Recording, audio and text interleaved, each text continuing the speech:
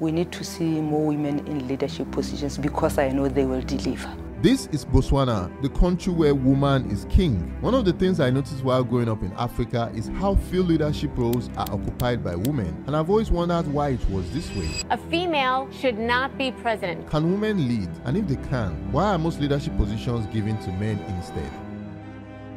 On my journey to find answers to these questions, I traveled to Botswana, one of the few countries in the world where many women lead. And I had a conversation with 6 women who are leaders in their respective industries, to see if they could shine more light on why Botswana's style of leadership was very different from other parts of Africa. And this is what they had to say. In Botswana, women play a very critical role in the development of this nation. And Botswana women have been pushing for spaces. Women can sit at the table. I've never felt as if I'm being judged for being a woman. Men are great, strong. We are also great and strong. I've always wondered why there's doubt that a woman can run a country.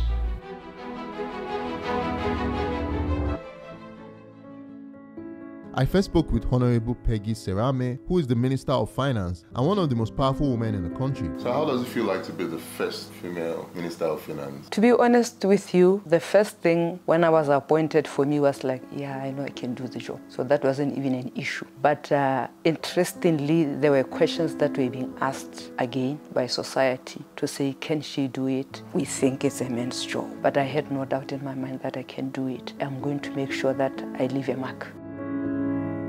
I would like you to tell me a little bit about yourself. I actually grew up in a very loving environment. My sister-in-law loved me as her own. So I went up to my A-levels in Zimbabwe and I was also successful. So I became a leader at a very young age. My first encounter or activity that I did that gave me a bit of money was makeup. Oh, really? Yes. Oh, wow. I was very young at the time, but because life happens, things happen in life. I was married before, and being married, I was in a very abusive marriage to an extent that I lost everything. I was raised by, especially my mom. She taught me at a very early age that I can be anything that I want to be. And I also was under pressure because my brother was like the smartest. My big brother was the smartest. So she would be like, your brother, follow him. And I would really follow him and really do well at school.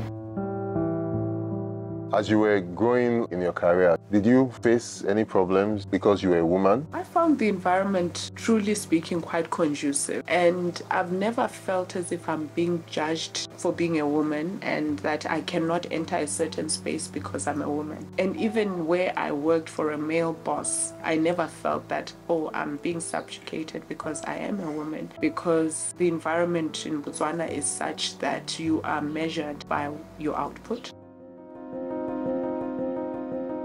How important do you feel it is for women to have leadership roles in Africa? In Botswana, for example, women are more than 50% of the population. So if more than 50% of the population are not represented in leadership positions, you are denying that big percentage of the population that opportunity and that responsibility. So it's something that I think we need to have deliberate policies, deliberate laws and strategies to ensure that we get women to leadership. And that will not only take developing them in terms of capacity, but also looking at what are some of our cultural norms and our traditions that have really been a barrier to women taking up leadership positions. During apartheid, a great deal of Botswana men worked in the mines and in the farms in South Africa, and they were often gone for extensive periods of time, which means that a lot of households were left to be led by women. The major jobs back then relied a lot on physical strength, and with the introduction of machinery and different technology, that means that there was no longer a need for physical capacity but more mental capacity. The leadership of women that transcended into the economy, and this is why ultimately a lot of Botswana's economy is influenced and shaped by women. The thing that I love about being a Botswana woman and about Botswana is that when I watched the movie that has Wakanda, I was like, that is Botswana. We mourn the loss of our king, but do not think for a second that Wakanda has lost her ability to protect our resources. And what I love about, the narrative of who we are as Botswana is that Botswana women are just so amazingly brilliant. And Botswana women have been pushing for spaces, and they've been occupying spaces. And Botswana women are indeed the voice of reason in a lot of ways.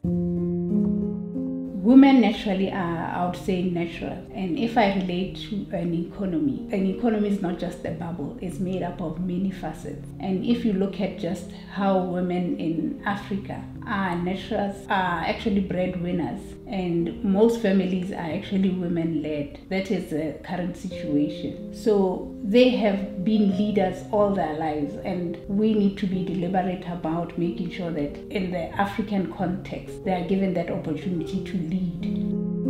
It's quite important because, like I said, we bring a different perspective, and it's generally more about teamwork. There's more consultation. That is the kind of culture that we have. We need to bring up our girls to believe that they can enter any space and it's okay. What I've learned in my leadership journey as well is that, men are not afraid to enter spaces. That's what all of us as women need to do more of. If you look at a family, if you look at a home, in Setswana they say a woman is the one who builds a home. And that's very true. Now, I've always wondered why then when it comes to leadership, there's doubt that a woman can run a country. And look at where women are leading. They're doing an amazing job. Men are great, strong. We are also great and strong, but we bring different flavors into it. What we seem to be missing is this one-sidedness to say, just because men have done it in the past, let's just keep it that way. But I think we are missing what I bring into the equation. In most parts of Africa, for example, like Nigeria, where I'm from, there's constant pressure on young women to get married and to raise children. Do you have that pressure here too? There is generally no societal pressure for people to get married. If it's there, it doesn't also then exclude that you don't do well in your career. The girls, yes, they may want to get married, but they also equally want to be successful. So the more exposure the girls in Nigeria see of women doing both and being successful, I think that's the only way to break the barrier. So, Botswana, where woman is king, what does that phrase mean to you? Botswana woman is king means that in Botswana women play a very critical role in the development of this nation. And it starts right from the family. In Botswana, because of some of our traditions, our norms and our culture, a woman plays a very special role in building and making the family. Not that men don't have a role. So it comes even from there. And interestingly, even in leadership, I think we've seen more and more women now taking up space and leadership roles, which is very encouraging. And I must say that also where you've seen women being given positions of authority and responsibility, they have excelled. You took certain decisions that you'd then realize that either some people just told you point blank that you act like a man. We've been given similar opportunities like the boy child in terms of access to education. And as well as if we look at our property rights, I can go and apply for land without necessarily asking for permission from either your husband or partner. If we just look at opportunities given even in the corporate world, it is not just for men. Women can sit at the table. So I strongly believe that our government has made it deliberate and was intentional in making sure that the girl child, the woman, is actually king. What would you say is the most important skill for success?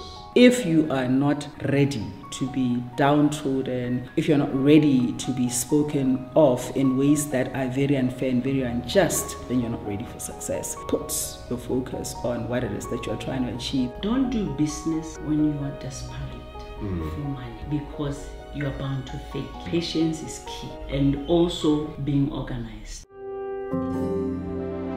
What would you say inspires you? I come from very humble beginnings. So one of the things that really pushed me was I didn't like what I was seeing. My mom and my father worked very hard to make sure they provided for us. But I knew that education was the key to get my family and myself out of that place to a different place. It has always pushed me to say, you know what, I know that we can be different. I know that I can make a difference. The strength of a woman. Women really inspire me. I see a woman successful. It hurts me sometimes when I see women beating each other down. Waking up every day is about making a difference, and in anything that I do, it has to be purpose-driven. What would be your advice to a lot of young women in Africa who are watching this and probably inspired? As a woman, I don't believe in being given things on a silver platter. You need to prove yourself. You need to develop yourself. And you need to believe in yourself for people to believe in you. Even when people have doubts, if you deliver, the results will speak for you. If you were to pick one thing and change one thing about Africa, what do you think you would change? Get rid of the borders, because the borders limit us. I should be seeing you as my brother, and therefore someone who can come here and enhance my economy, and I should be able to go to your space and do the same, and we become one nation, one Africa. We need to see more women in leadership positions, because I know they will deliver. African dynamic is not even one of colonialism or one of capitalism. I think it's one of leadership. I think if African leaders really could put the money where their mouth's at, Africa would be a totally different place. Africa is just short in terms of leaders that are not self-effacing, leaders that are not looking at self, leaders that are not absorbed with self. I think the real problem with Africa is leadership. Let's look at our education system, right, and reflect on whether it's producing the right skill set. I'm not talking about academic education, I'm talking about what is normally called soft skills. I would say let's do less talking. It's more about action and execution, because we have everything in place and everybody is looking at us. Everybody comes to us for these resources. Why can't we execute and implement? There are a lot of things that we can do to improve the lives of the people in Africa. We have the resources, we have the talent. We need to organize better and ensure that we provide the solutions to our own problems. Over time, Botswana has been able to transition from one of the poorest countries in Africa to one of the richest. The economy of Botswana is currently one of the world's fastest growing economies, averaging about 5% per annum over the past decade, and this change has been influenced by the key roles women have played in the country. The country has been tapping into other sectors such as the automotive sector, tourism, agriculture, freight, logistics.